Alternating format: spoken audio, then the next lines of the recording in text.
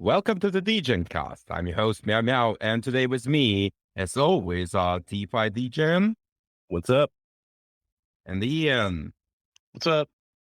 And before we start, smash that subscribe or follow button depending on where you're listening to us.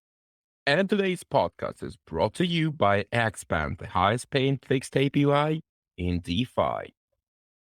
So I want to pick up on the cliffhanger we left on last episode regarding the vested interest, in the keeping things how they used to be. I mean, I understand the logic to some point, right? The motto of programming, for example, if it works, don't fucking touch it, Yeah, I mean, so what? Yeah, I mean, so basically, to recap, we're talking proof of stake versus proof of work, and who may have vested interests in going one direction or the other, right? So, I mean, Well, the I'm people an that certainly have the biggest vested interests are the miners. They don't want to. They don't want to lose all that money. And I'm kind of biased here because I'm an old school miner. I used to start mining when the greed seed, like the small hedgehog was actually a thing. When the hash rates were not in, like not even in Yeah. not even a Yeah. gigabits per Yeah. gigahashes per second. Giga hash. I mean, it's just Well, it's neat, but from a scaling perspective, I just don't think it scales. And I think the big argument that a lot of people put up there is that proof of work is much more secure because what happens in proof of work, and I think it's just kind of a side effect. It may not necessarily be intentional and intentionally designed this way. It just works this way. But every time you mine a block, you're not only confirming all of those transactions, but essentially you're confirming every transaction before it. Um, and I don't know that we need that level of security anymore, especially when you get into the billions and billions and billions of transactions. What good does it do to each time confirm the third transaction that ever happened? right? Yeah, yeah. I mean, you could pick a place and just go back a little bit, rather than going back the whole way. Yeah. Yeah, I think the principle it builds on is I cannot remember for sure. I think it's called the waterfall effect. So just kind of everything, or the snowball effect, right? You just everything kind of bubbles up to what it is today, and that's what that hash that problem they're trying to solve right now to confirm this block right now is what's so computationally intense. And I'd be interested to know the hash rate of the entire network. I haven't Googled it. I haven't looked at this in a long, long time, but it's massive. Years ago, Yeah. 4 or 5 years ago, the hash rate of the entire Bitcoin network was, more powerful than all the supercomputers in the world combined, right? Yeah. If they were repurposed to solve this one problem, the Bitcoin network was even better at this problem than all the supercomputers could be. So anyway, I do think that just illustrates that there's probably some waste. Whereas if you take proof of stake, on the other hand, anybody who participates as a validator, they could be randomly chosen to a transaction or a block. Correct. And so, anyway, it's interesting. I'm a fan of the proof of stake now because I think it's got to change, because for this to really take off, it's got to be palatable for a lot of people, especially the corporate world. It has to be palatable for them. We talked a little bit about last episode, the ESG stuff, right? Yeah. It's gotta work with that. Like it or hate it, it has to. Well, so let me ask you this: there's a big push, right? That Bitcoin is not really green enough, right? Like going back to that ESG stuff. bullshit. Like, yeah, is that propaganda, or is there an actual like any reality to that argument? And who's behind that? Let me get a little bit deeper to that, okay? It's yes and no at the same time, depending on how you see the things, okay? So it's yes if you calculate all the carbon emissions plus everything what's comes as a byproduct of making silicon, right? To make an ASIC, for example. If you calculate that, yeah, it's not that green, but it's minuscule compared to all consumer electronics. Of course, yeah. I mean, Yeah. I would assume that. Yeah. Yeah, but for a second, I want to say one more thing. Just rewind a little bit, right? I myself a big proof of work fan. I mean, yeah, proof of stake have a lot of advantages, right? But the biggest problem with proof of stake, it's not backed. And no matter what people would say, I still say this: proof of stake is not backed by computing. Well, so what's the And purpose? But why would you back it by computing to begin with? it's not just about computing, it's about hardware. Basically, you use the hardware as a collateral, technically. So, like, for example, Well, proof of stake, you're using the coin as collateral. Then I guess if you look at it that way. Oh, well, yeah, but wait. I think I know where Meow is going with this, right? Because there's a bottom line value to mining. Like there's a point where if Bitcoin price drops below X, then mining is no longer profitable. Right. When there's no block reward, that's the big discussion, right? When block rewards are done, can it sustain itself from mining alone? Miners do a lot of market making, and you'll see, like when Bitcoin price drops during bear markets, you see a lot of people defending that mining profitability point. Exactly. So we calculate median average of electricity costs, of hardware costs, right? And workforce, right? And that's the resistance point. And here's the thing: proof of work is actually creating workplaces. People don't understand that, but proof of work creating workplaces. The giant representation centers. It's not just that. Like come on, you cannot have unmaintained data center, right? Of course, yeah. The people working there. Not just that, you providing also work for engineers, for chip designers, right? So your etc. Your argument is basically that proof of work has the added benefit of having in real life benefits. Like exactly. And this is the thing. In my opinion, government are attacking proof of work because it can be independent from them. Interesting, very interesting. And it's got a certain resistance to influence. Exactly. And proof of stake, you can do whatever you want with that. You can manipulate market. That already happened. Or go to zero. Yeah. Oh, Or go to zero. Exactly. Like look at all the shit coins. Yeah. I get it. Let's look at Ethereum, right? I mean, Ethereum is surviving. It's going to survive. Because Ethereum is hybrid at this point. At this point, but it's surviving just fine. I mean, it's in line with everything else. I think Ethereum is a good example of how it could work. It's a unicorn. It's a fucking unicorn. I mean, you can say whatever you want, right?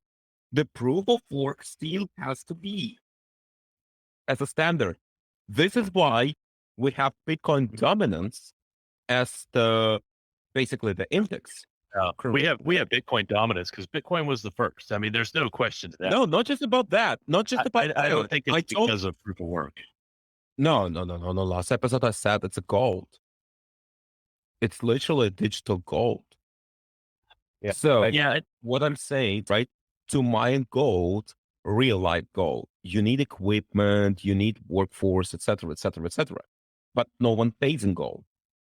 I remember the time when Antminer was released, right? The Bitcoin, yeah, and that was like top of the line and all the stuff. And if proof of work is dying, why companies still releases new miners? Like there is iPolo, there's Jazz Miner. Well, I don't think anybody's arguing that proof of work is dying. It's just what what's more superior. And like while you guys have been talking, I was thinking, like, tell me this, and I want to hear both sides of this. I'm sure that you guys will fall on different sides of this, but Mhm. which is more likely to survive like a massive, like, let's say we had some solar storm that just takes out the internet. What happened? Like, which of these protocols is more likely to be able to survive something like that? And like, on what timeline? Like, at what point do we require um massive communication to keep these things alive? Well, I would think that proof of stake, because Yep. miners, ASIC makers, the chip makers, would probably be more focused on building computers, like general use computers before they would ASICs. So I would that's it. disagree with you. I would disagree with you because ASICs are specifically made on a specific factories, right? And this is something you cannot just easily swap the production line. If it works that way, it will work that way. And the second thing, right? And the second thing is if we have at least one miner working, Then means that the chain the maintained. working. But yeah, if you have at least And one and person participating in a validator pool of proof of stake, but internet then is it dead. works as well. But internet is dead. Yeah, Well, so then miners would do no good anyway, right? So well, no, Hold because on. Oh. eventually everybody's reconnected and they can, Yeah, but like I imagine there is like some crazy ass guys who making fallout bunkers with ASICs inside with EMP protection. oh, absolutely. Absolutely. I know there are. Like, yeah, but like here's the thing. You still backed by something. If you the problem another one more thing. The proof of work actually delivers zero trust system because Well, everyone is equalized by their see, computation. I disagree. Okay, let's imagine like what you just said. People have a bunker EMP proof mining operation. Now everybody else Yeah. doesn't. So let's say a big EMP occurs. Isn't that like now the EMP proof miner might control 51% of the network? It's basically a de facto 51% attack, right? Technically, it's gonna be several one. But you know what I mean. People. Like what I'm saying is Yeah, that yeah. like It's now gonna be these it's gonna be chain separation. yes, basically. it's going to be like a forced fork kind of. Yeah, but in the proof of stake, everything just dies completely. Well, okay, so so let me segue this because have you guys been paying attention to like what's going on in like Sri Lanka and like the Dutch farmers and stuff? Like obviously like there's political turmoil in the world right now. So, let's say that we end up in some World War III scenario, nuclear bombs, EMPs, internets, you know, cut off from each No. other. Like what happens to crypto and both proof of stake and proof of work at when something like that occurs? Okay, in that case, I think even the government currency wouldn't worth much. It's going to be back to barter, Yeah. you know. Yeah. So, I mean, in case of such things, we have to understand that it's going to be barter, right?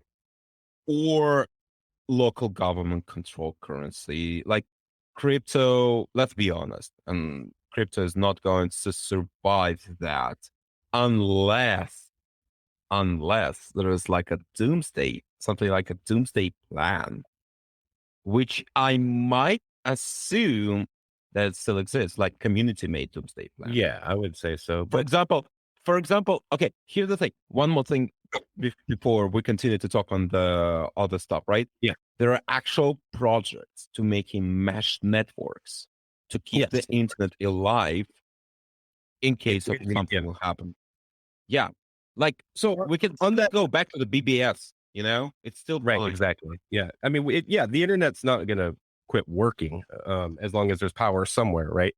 But so here's the thing. So those countries I referenced earlier, Sri Lanka and the Netherlands, and things are kind of growing. Do you think that this is this something that's going to carry over to more countries? Like, is there Yeah.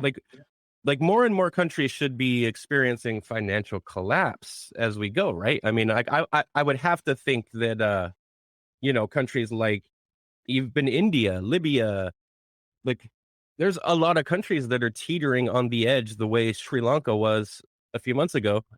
Where is this going? Um. Okay. So remember we said World War III. Mm-hmm. It's happening right now, but in a different way. I mean, I would agree. Yeah. it's not fought with guns. It's fought with finance and information. Right. Yeah. So we're switching basically completely into uh more of the hybrid slash full informational war. Yeah. It's a tech war. It's a tech war, and let's be honest, okay?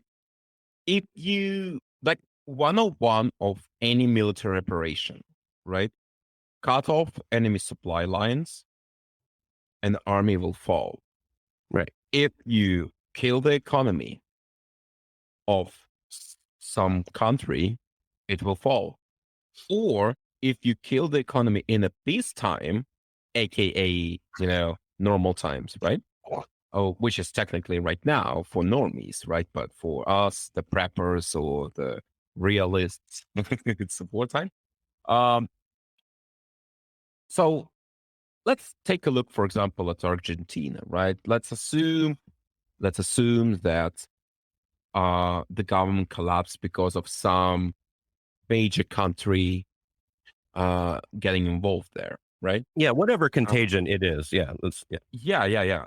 Basically, what happened, they just come to that country and like, hey, we're from a government.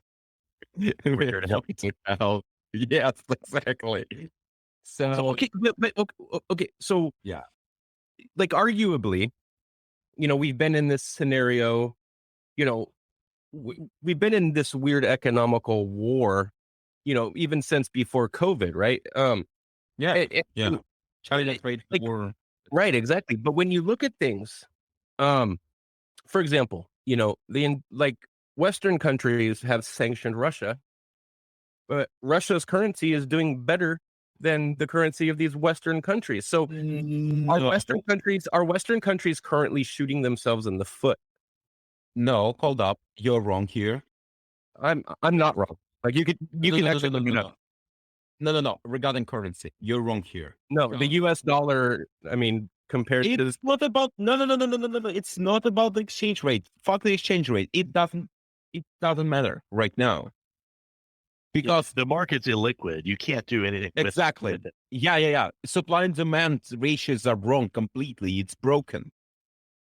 I mean, Like Russia's bypassing every sanction by going through India and China. So, like, they're actually selling yeah, more exactly. fossil fuels now than they were before the sanctions, No, they're actually selling the same amount. but they're making more money for it. Exactly. They're making more money from it. The thing is, I already know a little bit. I'm not going to disclose much about these people, but I know these people personally. And they told me they take Russian oil, they take it to the third world country where oil is also getting digged, basically, right? Mhm. They mixed Russian oil with their local oil. And since some laws allows you to mix like 51% of brand A and 49% of brand B, it becomes brand A. So basically, So it's you oil laundering. It's like yeah, oil laundering, right? yeah, exactly. It's like oil laundering, and this oil becomes sanction free. What America is currently want to do, they want to make a secondary sanctions, like to sanction the sanctioned countries who are working with Russia, blah, blah, blah, all the stuff. But that would mean that they will sanction literally third of the world. Yeah. Including, by the way, their allies. right? Yeah. Or even Germany right now asks Canada to return back the steam turbine. Oh, not a steam turbine, just some kind of a turbine Yeah. used I in the saw that. Nord Stream 2. I mean, well, when you think about it, Germany is pretty fucked right now. Like they're trying really hard to reduce energy usage because they're running out of it. Exactly. And the thing is, Ukraine is asking Canada to like, no, don't send it. I would I would actually say one more thing, right?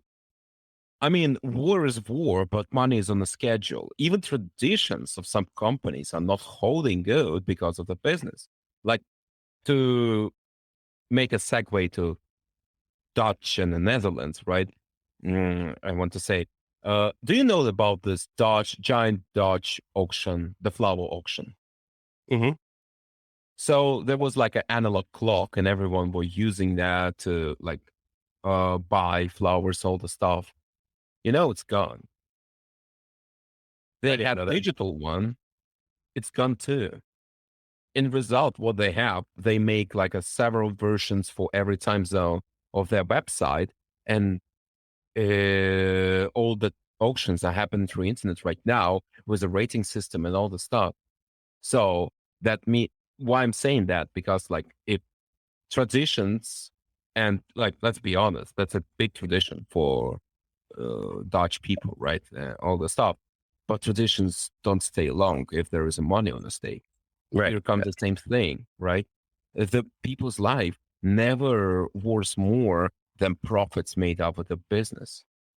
It happens That's all true. the time. Yeah. And like actually, I'm going to use that as a segue right here. Like speaking of business and profits, the big news this week, of course, is that Elon Musk has withdrawn from his deal to buy Twitter. And now I know that Ian, you and I have had some discussions about this, but I really want to hear, like, what do you think Elon's goal is here? Like, is he trying to get a lower price, or is he just done because they couldn't provide what he needed? Oh, I just think he thought it was probably kind of fun at first, and it's interesting all the backlash that kind of the hate he gets. And I don't honestly know very little about him, other than I mean he's pretty damn smart. From what I can tell, like, SpaceX is pretty Yeah. successful with what they do, and Tesla is pretty successful. I think the thing that's most interesting to me here is probably not super surprising, but he was beloved for a long time, and now everyone hates him, and he's evil. I think he thought Twitter was a neat idea at first. He could afford it. I mean, he has the money. If he wants it, he could get it. Well, so He could his buy it. his public presentation was Yeah, that, about the bots, right? well, I mean, his goal going into this deal, his public goal was that Twitter is suppressing free speech, and he wanted to kind of change. Like it's basically he was taking it over to have a changing of the guard scenario, right? When it comes to free speech. And so I'm really curious, like, was this planned? Like, is he just fucking with Twitter, like trying to fuck them over so that they'll hopefully change? Or did he have any interest in acquiring it to begin with? Yeah. And does he still? Okay. May I put my 2 cents here? I'm gonna say it out loud. He never wanted to buy Twitter. I kind of agree with you. I think that he So was there are just fucking with. yeah, there are two things what might happen.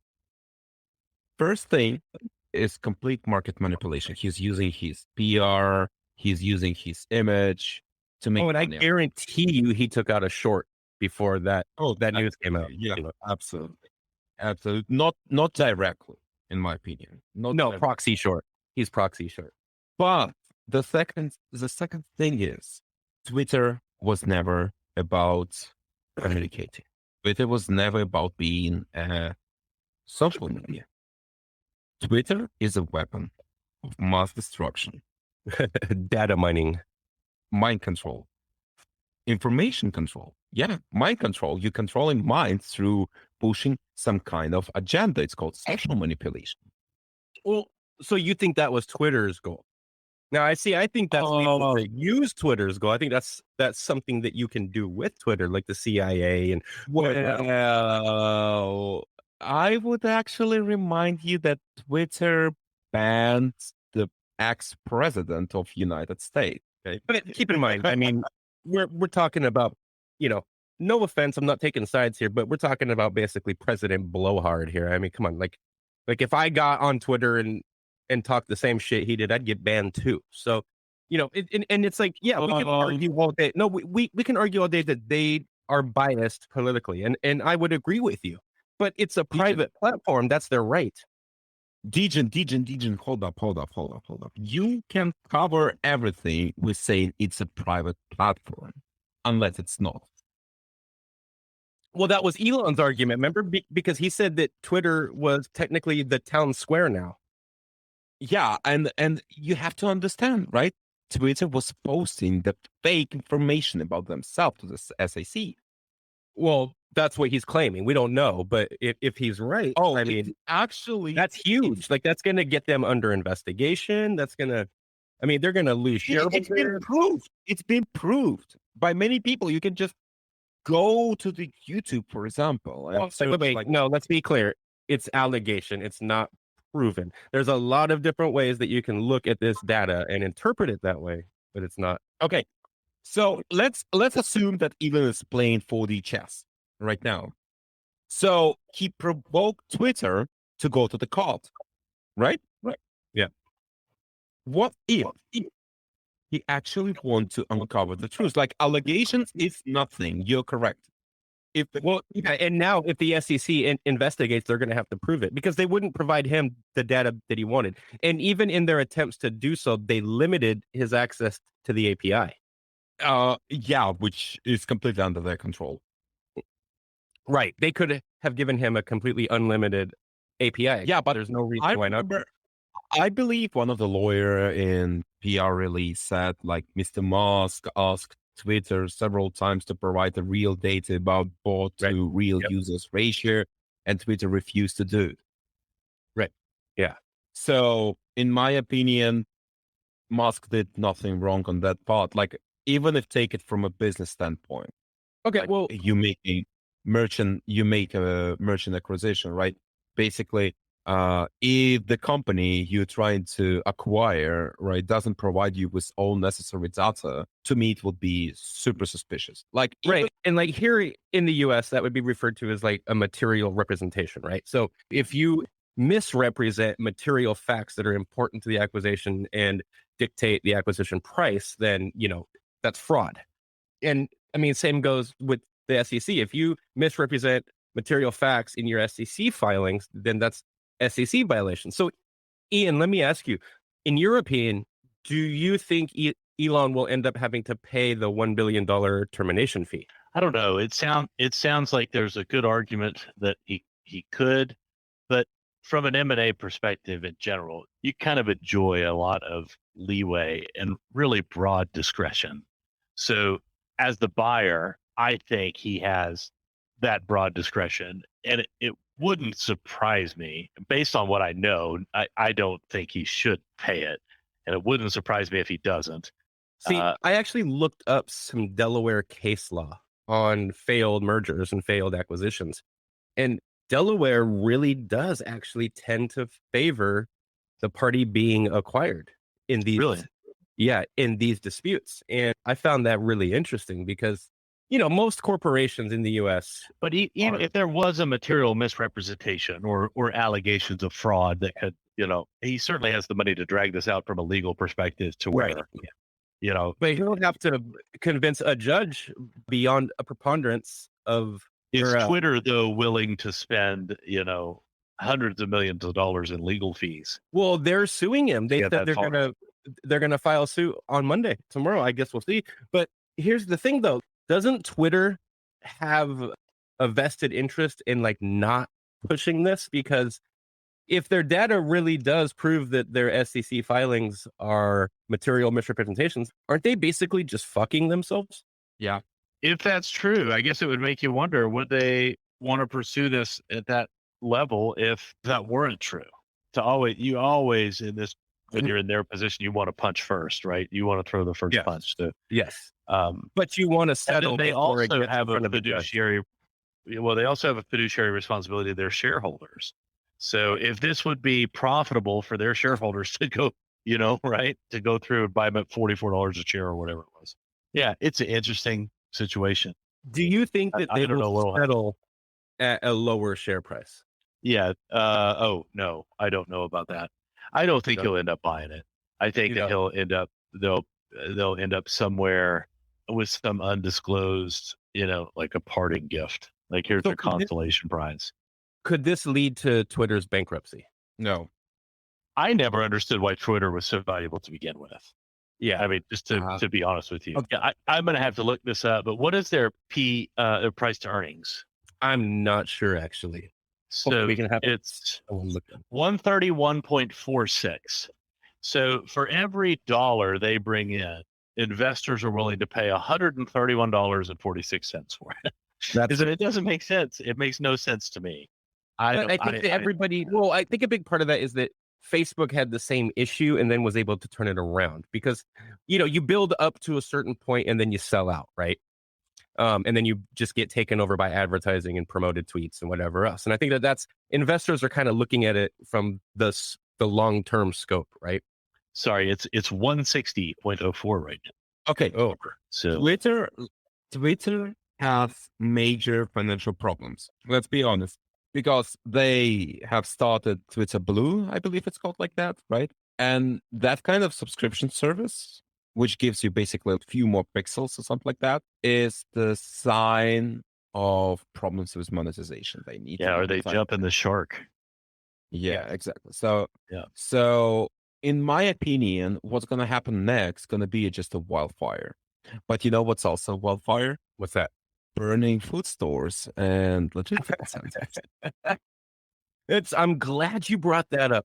Like, no one is talking about this. Like, you don't really hear about it anywhere except for on like fringe groups and fringe forums and whatnot on the internet. But it seems to me, and maybe I just have never really paid attention to this before, and I don't know, maybe this is a common thing, but food distribution centers and food distribution businesses are apparently burning at a rapid amount. I mean, like, what is going on?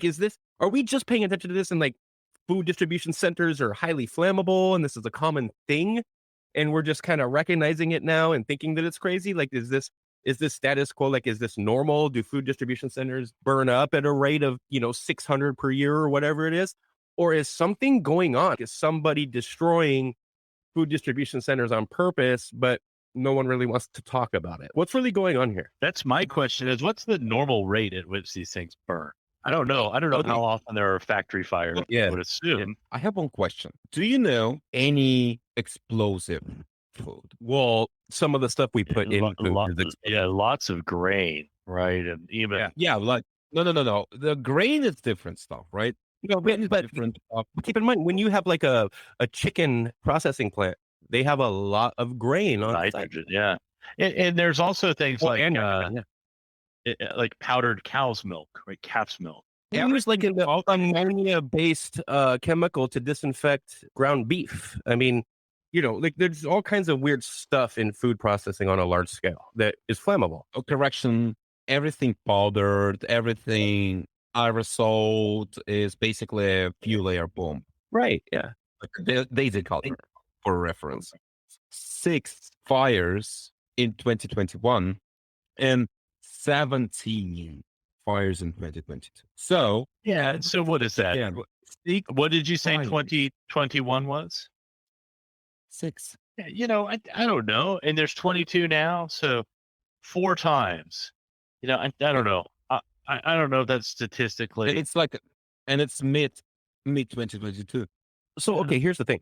The part of my head that rushes to conspiracy theory, something is up, like this is bullshit type of thinking, is this is happening at the same time where Bill Gates is acquiring more farmland than anyone else in the U.S. I mean, he's the largest owner of farmland in the U.S. right now. He just bought like several thousand more acres in another state. They tried to fight him on it, and he ended up winning, and I mean, it's just, is it possible? And again, this is conspiracy theory, but is it possible that there's some sort of planned food shortage? Or remember, just the other day, the UN released an article on their website, why world hunger is a good thing because it leads to better labor. Yeah, that was a pretty weird That's take, pretty even for the fucked up. most skeptical person Yeah. who's trying to find a benefit of the doubt. You're not. I didn't understand that at all. And you remember, like a few months prior, the World Economic Forum was promoting eating bugs. And remember when Klaus Schwab was like, you will own nothing and you will be happy? Is this just a push towards that kind of end goal? Well, I would back up then and say, wait, because I gotta set up a cliffhanger here. I gotta say, who are the people who stands to gain, just like we did last time with proof of work, proof of stake? Who stands to gain from these food processing plants burning and world hunger being an increased thing? And the answer to that question, you're gonna find out on the next episode of DegenCast.